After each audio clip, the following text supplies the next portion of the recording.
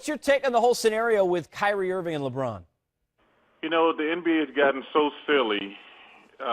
We have to decipher tweets now. you know, it's gotten to it's the silly season. We read everything into every tweet. It's gotten silly.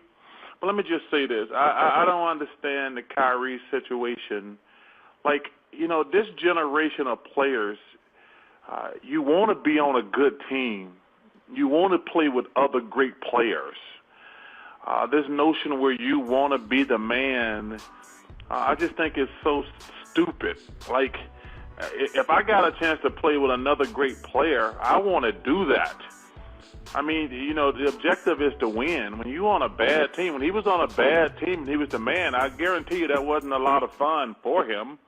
And now you want to lead the best player in the world, you know, and listen, you know, I hear all this stuff about LeBron cast a big shadow. He should cast a big shadow. I'm pretty sure everybody played with Michael Jordan or Larry Bird or Shaq. You know, Dennis Scott, you can answer that. When you play with Shaq, it's a big thing.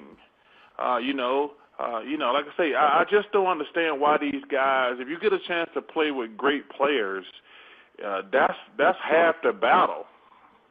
And I agree with you, Charles, with the Shaq part, too. Obviously, I lived through that, and playing with great players, it makes things so much easier for you. Do you think Kyrie's in the point in his career where maybe his ego's taking over a little bit? He's Olympic champion, he's all-star. He feels he's ready to kind of be the man? Or to your point, should he relax and ride the quote-unquote coattails of LeBron James? Well, if you think about it, D. Scott, we don't know what's going to happen with LeBron after this year. So if he just stayed in Cleveland, he could be the man in another year if LeBron decides to leave. If that's one scenario. But I just don't understand why great players, you know, Pat Riley had a great phrase. He called it voluntary cooperation. You know, I'm pretty sure Magic could have scored more points. I'm pretty sure Kareem and Word and all those guys could have scored more points.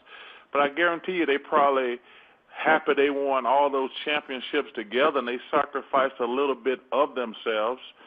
But, you know, man, this new generation, man, it's not a lot of fun watching the NBA now and the way things are going. And I'm not one of them old, bitter guys. Like, you know, you want to play with great players. You want to share the glory.